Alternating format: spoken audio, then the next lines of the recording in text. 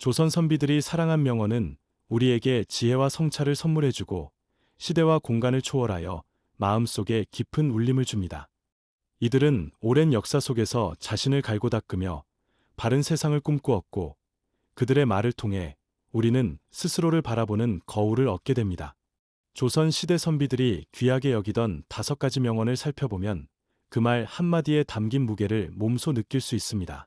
오늘은 그 5가지 명언을 소개하고 그들이 태어나고 성장하며 학문을 익히고 실천하려고 애썼던 역사적 배경과 함께 현대 사회에서 어떻게 적용될 수 있는지 자세히 나누어 보고자 합니다. 먼저 시대적 상황과 조선 선비들의 삶을 간단히 살펴보겠습니다. 조선 왕조는 약 500여 년에 걸쳐 이어졌는데 유학을 통치 이념으로 사마 성리학적 원리를 국가 운영과 백성 교화에 적용했습니다.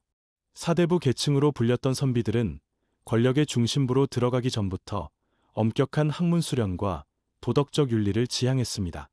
과거 제도를 통해 등용되거나 명문가의 가학 전통을 이어받아 스스로 학문에 매진하기도 했습니다. 이들은 단지 관직에 나아가 권세를 누리는 것을 목표로 삼지 않았습니다. 진정한 목표는 백성을 다스리고 자신을 도덕적으로 수양하며 세상을 바르게 이끄는 것이었습니다. 이런 맥락에서 조선시대 선비들이 남긴 명언은 결코 가벼운 조언이 아니라 자신들의 생애와 사상, 그 시대의 정치, 사회, 문화 전반에 대한 치열한 고민이 응축된 결과물이었습니다. 그 중에서도 우리가 흔히 접할 수 있는 대표적인 인물로 퇴계 이황, 율곡 이이, 정약용, 김갱필, 성운 등을 들 수 있습니다. 이들은 각자 성리학자로서 탁월한 학문적 업적을 남겼고 왕과 사대부들에게 직언을 마다하지 않았으며 교육자로서 후학 양성에도 힘썼습니다. 특히 퇴계 이황과 율곡 이이는 우리나라 유학사에 한 획을 그었고 정약용은 수많은 실학적 저서와 행정개혁안을 제시했으며 김갱필과 성운 역시 살인파의 교육과 학문 전통을 더욱 발전시키는 데에 지대한 공헌을 했습니다. 이제 이들의 구체적인 일화와 역사적 배경을 좀 더 깊이 있게 다루겠습니다. 조선 전기는 태조 이성계가 고려를 멸망시키고 새로운 왕조를 건국하면서부터 시작됩니다. 개국 공신들과 함께 새로운 국가 기틀을 마련해야 했기에 성리학을 근간으로 한제도 정비가 이뤄졌습니다. 세종시대에는 여러 과학 기술과 문화가 발전했고 지편전 학자들이 언어와 사상적 토대를 다졌습니다. 이어지는 세조대에는 왕위 계승을 둘러싼 정치적 갈등이 거세어졌고 성종시대에 이르러 유교적 법치와 예치가 더욱 확립되었습니다. 이후 살인파가 중앙정계에 본격적으로 등장하면서 훈구파와 갈등을 빚었고 이러한 갈등이 사화라는 형태로 여러 번 폭발했습니다. 특히 무오사화, 갑자사화, 기묘사화, 을사사화 등은 성리학을 중심에 둔 살인파의 핵심 인물들에게 큰 피해를 안겼습니다. 하지만 이러한 위기 속에서도 학문을 포기하지 않은 선비들은 향촌으로 내려가 서원을 세우고 제자들을 양성하며 자신들의 지향점을 지켜냈습니다. 이런 과정에서 퇴계 이황과 율곡 이이는 각각 영남학파와 기호학파의 정신적 지주로 자리 잡았고 경과 의를 강조하며 성리학적 원리들을 체계화했습니다. 정약용은 정조시대의 실학사상과 더불어 백성들을 위한 제도를 고민했고 유배지에서 수많은 저수를 남기며 민생과 개혁에 대한 열정을 놓지 않았습니다. 김갱필은 사림의 인물로서 조광조 등과 함께 도덕성과 의리를 실천하는 학풍을 세웠고 성운 또한 율곡과 가깝게 지내며 예학과 정치윤리에 대해 토론을 이어갔습니다. 그들의 생애는 단순히 책상머리에 앉아 글만 읽고 쓰는 데에 그치지 않고 국가의 안정과 백성의 삶을 깊이 고민하는 노력이었다고 말할 수 있습니다. 이런 역사적 배경을 더욱 넓게 살펴보자면 당시 조선 사회는 농업 생산력의 증대를 위해 새로운 농서와 기술을 모색했고 왕권과 사대부 권력이 조화를 이루기도 하고 충돌하기도 했으며 성리학 이외에도 노장 사상이나 불교 사상 등을 개인 차원에서 학습하는 경우도 있었습니다. 다만 지배 이념으로서 성리학이 더욱 권위를 가지게 되면서 사회 제도와 윤리 규범 전반이 유교적 가치를 충실히 반영하고자 했습니다. 산업공상의 신분제가 확립되어 있었지만 과거에 급제하면 신분 상승이 가능한 제도적 기회가 주어지기도 했고 이는 왕조 말기까지 이어졌습니다. 정치적으로는 붕당 정치가 진행되면서 동인 서인, 남인 북인 등으로 세력이 나뉘어 서로 비판하고 견제하는 구조가 정착되었습니다. 문화적으로는 양반들이 누릴 수 있는 풍류와 예술적 소양이 발전했고, 음악, 시, 서예, 그림 등이 학문적 소양과 함께 추구되었습니다. 교육제도 측면에서는 향교와 서원, 사립서당 등이 활성화되어 글을 배우고 예를 익히는 분위기가 사회 전반에 퍼졌습니다. 이러한 배경에서 선비들은 위로는 왕을 보좌하고 아래로는 백성을 다스리며 스스로의 마음을 다스리는 수양에 전념했습니다. 반면 엄격한 신분 질서와 학문적 편협함이 나타나기도 했고, 당쟁의 피해로 유능한 인재들이 희생되기도 했습니다. 그래도 이런 복합적인 상황 속에서 유학을 자기 성찰의 도구로 삼아 몸소 실천하려 했던 사람들이 진정한 선비이자 사대부였습니다. 그들이 남긴 명언은 지금도 우리에게 큰 가르침을 줍니다. 다음으로 이 명언들을 현대적으로 어떻게 해석할 수 있는지 살펴보기 위해 오늘날 우리가 겪고 있는 사회 이슈와 연결해 보려 합니다. 첫째로, 경쟁사회와 정신적 스트레스 문제입니다. 조선시대에도 과거 시험은 치열한 경쟁이었고, 유교적 규범에 어긋나지 않으려는 심적 부담이 상당했습니다. 현대인 역시 학업, 취업, 승진 등 인생 전반에서 경쟁 압박을 받으며 그로 인해 스트레스나 불안을 느낍니다. 선비들은 이런 긴장 속에서도 자신만의 공부 태도와 수양 방식을 유지하며 흔들리지 않으려 했습니다. 둘째로, 사회적 갈등과 편 가르기입니다. 조선 시대 붕당 정치에서 파벌 간 대립이 극단으로 치달았듯이 현대 사회도 정치, 이념, 세대, 지역, 성별, 여러 면에서 갈등이 심화되고 있습니다. 그때나 지금이나 필요한 것은 상대에 대한 존중과 자기 성찰입니다. 선비들은 의견이 달라도 학문과 예법 안에서 토론하고 서로의 인격을 해치지 않는 태도를 중요하게 여겼습니다. 셋째로, 인간관계의 소통 부족과 윤리적 갈등입니다. 인터넷과 스마트 기기의 발달로 소통은 쉬워졌지만 진정한 의미의 대화가 부족해져 서로를 오해하고 상처 주는 일이 많습니다. 조선 시대 선비들은 글을 통해 마음을 전하고 직접 얼굴을 마주하여 예를 갖추어 대화를 이끌어갔습니다. 이들의 태도는 현대의 디지털 커뮤니케이션 속에서도 의미 있는 지침이 될 수 있습니다. 이처럼 조선 선비들의 사상은 현대의 다양한 문제와 연결될 수 있습니다. 그럼 이제 구체적인 명언 5가지와 관련된 일화를 다루어 보겠습니다. 첫 번째로, 퇴계 이황의 명언이라고 전해지는 말 중에는 마음을 다스림의 중요성을 역설한 말이 있습니다. 그는 인간이 본래적으로 지니고 있는 본성인 성, 성품을 바르게 보존하고 기질적인 요소들을 올바르게 길들이는 것을 강조했습니다. 이황은 어려서부터 온화하고 침착한 성품이었으며 부친을 일찍 여의고 모친 밑에서 자라며 학문에 매진했습니다. 그의 대표작으로 꼽히는 여러 경전 주석서와 서한문에서는 사람의 마음이 어떤 한순간에 기울어지는가가 결국 인생의 방향성을 좌우한다고 강조했습니다. 이황은 퇴계라는 호를 가지고 있었는데 이는 집 앞을 흐르는 퇴계천의 이름에서 따온 것입니다. 그는 자신이 자라온 자연 환경 속에서 고요함과 겸허함을 배웠으며 가난한 이웃이나 제자들을 아끼고 보살폈다는 여러 기록이 전해집니다. 역사적으로 이황이 활동했던 시기는 명종과 선조 연간으로 살인파가 정계에 진출했지만 붕당으로 갈라져 많은 정치적 희생을 치러야 했던 시기입니다. 이황은 동인으로 분류되었으나 권력 다툼에 적극 가담하기보다는 학문 연구와 후진 양성에 집중하며 스스로를 한 발 떨어뜨려 세상을 관조하고자 했습니다. 그는 학문을 하는 목적이 관직 진출만이 아니라 인격 수양과 백성들의 삶에 유익한 방안을 찾는 것이라고 보았습니다. 그가 제자들에게 남긴 편지를 보면 겸손과 성찰을 통해 사람됨의 근본을 지키고 어떠한 상황에서도 나태해지지 말라는 가르침이 자주 등장합니다. 이 명언이 주는 현대적 의미를 해석하자면 내면의 평정을 유지하기 위해서는 끊임없이 자기 자신을 살피고 자칫 흔들릴 수 있는 감정에 매몰되지 않도록 주의해야 한다는 것입니다. 정신과 육체의 건강을 지키기 위해 명상을 하거나 취미 생활을 하며 균형 잡힌 일상을 만들어가는 전략도 여기에 해당됩니다. 자신의 마음을 가다듬고 주변 사람들에게 온정과 배려를 실천하는 작은 습관들을 쌓아가는 것이 궁극적으로는 더 나은 사회를 만들어가는 밑거름이 됩니다. 두 번째로, 율곡 이이의 명언 중 하나로 널리 알려진 것은 사람의 본성과 예의를 지키는 태도를 강조하는 내용입니다.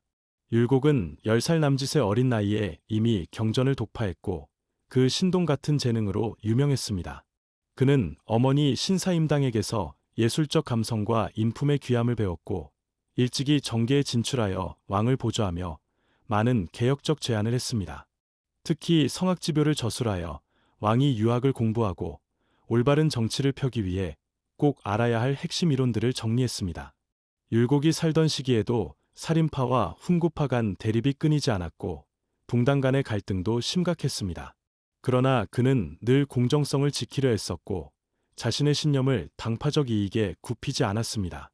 율곡은 본성과 외유를 지키는 것이야말로 모든 학문과 정치의 기본임을 역설하며 한 개인이 아무리 뛰어난 지식이나 재주를 가졌어도 예의가 없고 인성을 잃으면 결국 사회에 독이 된다고 말했습니다. 현대적으로 해석하면 어떤 조직에서든 구성원끼리 지켜야 할 최소한의 배려와 윤리가 존재한다는 의미로 받아들일 수 있습니다. 우리가 회사나 학교, 사회생활을 하며 서로 존중하고 도리에 맞는 언행을 하는 것은 단지 도덕 교과서적 당위가 아니라 공동체의 안정과 발전을 위해 꼭 필요한 행동 규범입니다. 빠르게 변화하는 디지털 시대에도 사람 간의 직접적 소통과 배려는 사라지지 않아야 하며 온라인으로 의견을 나눌 때도 예의를 갖추는 노력이 필요합니다. 세 번째로 정약용이 강조한 백성을 위한 실천적 학문의 중요성은 많은 사람들에게 깊은 인상을 주었습니다. 다산이라는 호로도 잘 알려진 그는 왕을 위해 개혁안을 제시하고 지방행정에 직접 참여하여 백성들의 삶을 자세히 살폈습니다. 그러나 정치적 모함으로 유배를 당해 수십 년간 고통스러운 시기를 보내야 했습니다. 이 시기에 그는 오히려 수많은 저서를 남겼고 목민심서와 경세유표 같은 행정과 제도에 대한 이론서를 통해 조선의 정책이 나아가야 할 방향을 제시했습니다. 정약용은 백성의 삶이 안정되어야 국가가 부강해진다는 생각을 강조했습니다. 민생을 책임지는 관리들은 현실의 문제를 외면하지 말고 구체적이고 실제적인 해결책을 모색해야 한다고 보았습니다. 이는 현대 사회에서도 크게 유효합니다. 정치나 행정의 목적은 결국 시민들의 삶의 질 향상에 있고 기업 경영에서도 고객의 만족과 지역사회의 성장에 기여해야 장기적인 성장을 이룰 수 있습니다.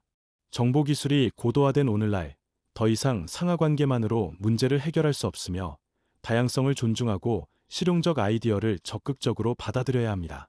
정약용의 사상에서 시사하는 바는 인문학적 통찰과 실용적 기술이 결합될 때 진정한 의미의 혁신이 가능하다는 것입니다. 네 번째로 김갱필의 가르침 중에는 사람을 존중하고 함께 성장하는 학풍을 조성하라는 내용이 있습니다. 김갱필은 정몽주와 길제로 이어지는 학통을 이었으며 일찍부터 도학과 유학을 깊이 파고들었습니다. 한때 사화의 희생양이 되어 어려움을 겪었지만 향촌으로 내려가 서원을 세우고 제자들을 교육했습니다. 그는 제자들과 독서 토론을 활발히 진행하고 경전을 연구하며 실천적 덕목을 함께 찾아나갔습니다. 스승이 제자를 가르치되 일방적으로 지식을 주입하는 데 그치지 않고 제자의 개성과 능력을 존중하며 스스로 깨닫도록 이끌었다는 점이 기록에서 드러납니다. 이는 현대의 교육 현장에도 시사하는 바가 큽니다. 교사의 역할이 지식 전달을 넘어 학생 각각의 잠재력을 발견하고 발전시키는 데 있어야 한다는 것입니다. 더 나아가 직장에서의 멘토링 관계나 리더십에서도 단순히 지시하고 결과만 확인하는 방식이 아니라 구성원 간 존중과 배움이 함께 이루어지도록 분위기를 조성해야 조직이 살아난다는 교훈을 제공합니다. 사회적으로는 다양한 의견을 가진 사람들이 어우러져 살아가야 하므로 서로 다른 시각을 존중하고 이를 학습의 기회로 삼는 태도가 필요합니다. 다섯 번째로 성운이 남긴 말 중에는 도리에 대한 엄정함과 함께 인간적인 유대를 소중히 하라는 뜻이 담겨 있습니다. 그는 율곡 이의와 교유하며 서로 학문적 논쟁을 주고받았고 때론 다른 입장을 취하기도 했지만 인간적인 정까지는 잃지 않았습니다. 이 관계는 정치적 대립이 극심했던 조선시대에도 인격적 존중이 가능하다는 좋은 사례입니다. 성운은 예를 강조했지만 형식적인 예가 아니라 진정성이 담긴 예를 실천해야 한다고 보았습니다. 겉으로만 공손한 척하는 것을 경계하고 마음에서 우러나는 예로 상대를 대해야 한다는 것입니다. 이는 오늘날에도 의미가 있습니다. 형식에만 치중하고 진정성을 잃는다면 사람들은 결국 서로에게 마음을 닫고 형식만 남아 공허해질 수 있습니다. 우리가 직장 생활이나 공적인 자리에서 예를 갖출 때도 진심 어린 존중과 마음의 교감이 함께 이루어져야 진정한 관계가 형성된다는 점을 떠올리게 합니다. 이제 이 5가지 명언과 관련하여 좀 더 구체적으로 감동적인 사례를 3가지 소개해 보겠습니다. 첫 번째 사례는 한 지방의 작은 마을에서 무료 서당을 운영하던 어느 사립학교 교장의 이야기입니다. 그는 조선 선비들을 롤모델로 삼아 평생을 교육에 헌신했는데 넉넉지 않은 형편이었음에도 학생들에게 점심을 제공하고 주말이면 부모들을 불러 함께 공동체 행사를 열었습니다. 이 교장은 조선 시대 선비들이 강조했던 예와 인의 정신을 현대 교육 현장에 접목하려고 했습니다. 학생들에게 지식을 가르치는 것뿐 아니라 서로 마음을 나누는 법, 주변 환경을 가꾸는 법, 작은 일에 감사하는 법을 생활 속에서 체험하게 했습니다. 그의 제자들은 성장의 사회 여러 곳으로 진출했는데 이른바 명문대를 간 학생만 주목받는 것이 아니라 지역사회 복지사, 자영업자, 예술가 등 다양한 길을 간 제자들이 모두 서로를 응원하며 화합했습니다. 그 과정에서 서로 다른 가치관이나 진로 계획 때문에 갈등이 생길 때도 교장은 율곡이이나 퇴계이황의 예를 들어주며 인간적인 이해와 공감을 우선하라고 조언했습니다. 결국 이 마을은 인구가 줄어드는 농촌 지역이었지만 함께하는 교육 문화를 통해 새로운 활기를 찾았다는 후문입니다. 이 사례가 주는 감동은 조선 선비들이 강조한 예와 인, 그리고 공동체 정신이 오늘날 교육 현장에서도 사람들을 행복하게 만들 수 있다는 점입니다. 두 번째 사례는 도시에서 치열한 경쟁을 경험하던 한 청년이 우연히 퇴계이황의 글을 읽고 삶의 전환점을 맞이한 이야기입니다. 이 청년은 대학 진학과 취업 과정에서 극심한 스트레스를 받았고 무기력에 빠져 삶의 의미를 놓고 고민하던 중이었습니다.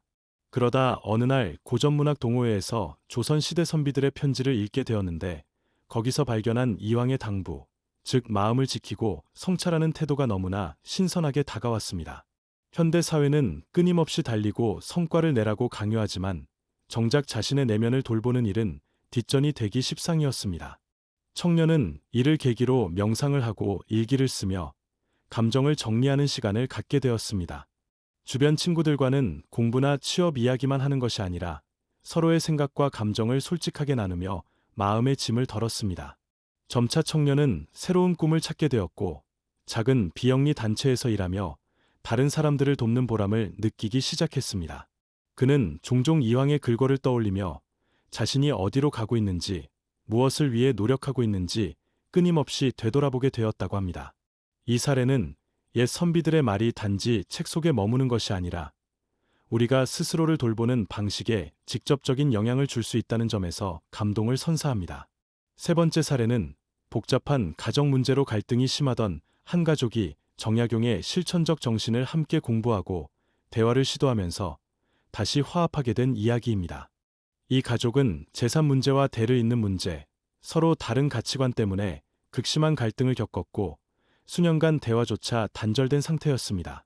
어느 날 가족 중 한 명이 우연히 다산 정약용에 관한 드라마를 보고 감명을 받아 가족들에게 다산의 정신을 함께 공부해보자고 제안했습니다. 처음에는 모두 시큰둥했지만 드라마 속 정약용이 민중과 함께 호흡하며 현실 문제를 해결하려 노력하는 모습이 이들 각자에게도 희망을 줬습니다. 그래서 가족들은 주말마다 모여 다산 관련 서적 일부를 발췌해 읽고 그 내용을 바탕으로 서로가 가진 고민을 솔직히 털어놓았습니다. 정약용이 민생의 어려움을 세세하게 기록하고 현장에서 직접 답을 찾으려 한 노력은 자신들의 가족 문제 역시 외면하지 않고 구체적인 대안을 함께 모색해야 한다는 교훈을 주었습니다. 그렇게 대화를 지속하다 보니 오해가 조금씩 풀렸고 마침내 재산 분배부터 서로의 역할에 대한 존중까지 새로운 합의를 이끌어냈습니다. 이 가족은 정약용의 정신을 되새기며 결국 가장 중요한 것은 서로를 배려하고 함께 행동으로 옮기는 것임을 깨달았습니다. 이 사례는 선비들의 말이 개인의 내면뿐 아니라 가정과 공동체의 갈등 해소에도 큰 울림을 줄 수 있음을 보여줍니다. 다음으로 이 명언들을 일상 속에서 적용할 수 있는 5가지 시나리오를 구체적으로 살펴보겠습니다. 첫째, 직장에서 프로젝트를 진행할 때 의견 충돌이 생기는 상황입니다. 이때 퇴계 이황이나 율곡 이이가 강조한 예와 마음 다스림을 떠올리고 상대의 의견을 충분히 듣는 태도를 먼저 실천해 보는 것입니다. 둘째, 가족 간의 대화가 부족해 소통 문제가 일어날 때 정약용의 실천 정신을 따라 구체적인 대화 시간과 방법을 설정하고 서로가 정말 원하는 것이 무엇인지 직접 이야기 나누며 문제를 풀어나갈 수 있습니다. 셋째, 자기 개발에 몰두하느라 정작 마음의 휴식이 부족한 사람이 이황의 명언을 떠올리며 하루에 일정 시간을 마음 챙김이나 산책에 할애하는 방법을 들 수 있습니다. 넷째, 교육 현장에서 김갱필의 교육 방식을 본받아 학생이나 직장 후배에게 지식을 주입하기보다는 그들의 개성을 존중하고 저마다의 문제 해결 능력을 발휘하도록 독려하는 시도를 해볼 수 있습니다. 다섯째, 인간관계에서 예의를 지키되 형식에만 매달리지 말라는 성원의 이야기를 곱씹으며 상대방에게 진정성을 담아 인사를 건네고 안부를 물어보는 작은 습관을 들이는 것입니다. 이처럼 일상 속에서 조선 선비들의 가르침을 적용한다면 우리의 삶이 한층 더 풍요로워질 수 있습니다. 물론 완벽하게 지키기는 어려울지 모르나 중요한 것은 시도하고 꾸준히 실천하려 애쓰는 태도입니다. 여기서 시청자 여러분이 직접 참여해 보실 수 있는 질문을 5가지 드리고자 합니다. 첫째, 지금 내 삶에서 가장 부족하다고 느끼는 마음가짐은 무엇인가요? 둘째, 주변 사람과 갈등이 생겼을 때 그들의 입장을 깊이 이해하려 노력했던 적이 있었나요? 셋째, 현대 사회가 요구하는 경쟁 속에서 스스로 지키고 싶은 가치는 무엇인가요? 넷째, 일상에서 작은 예의를 지키는 습관을 만들어 본 경험이 있으신가요? 다섯째, 조선 선비들의 정신 중 가장 실천해보고 싶은 덕목은 어떤 것인가요? 이 질문들을 스스로에게 던져보시고 작은 메모라도 남겨보시면 좋겠습니다. 그리고 3가지 과제도 드리겠습니다. 하나, 오늘 소개된 5명언 중 하나를 선택해 일주일간 마음에 새기며 일기를 써보세요. 둘, 가족이나 친구, 직장 동료 등 가까운 사람과의 관계를 돌아보고 갈등이나 오해가 있다면 조선 선비들이 보여준 대화의 태도나 예를 참고하여 솔직한 대화를 시도해보세요. 셋, 스스로 느끼는 부족한 점이 있다면 예를 들어 인내심이나 배려심, 꾸준함 등을 하루 한 번씩 실천해본 뒤 기록으로 남겨보세요. 이 과제를 통해 조금씩 자신만의 성장과 변화를 체감할 수 있을 것입니다. 이제 전체 내용을 요약하며 마무리를 지어보겠습니다. 오늘 우리는 조선 선비들이 사랑했던 5가지 명언과 그 배경이 되는 역사적 상황, 그리고 현대적 해석을 통해 삶의 여러 문제를 돌아보았습니다.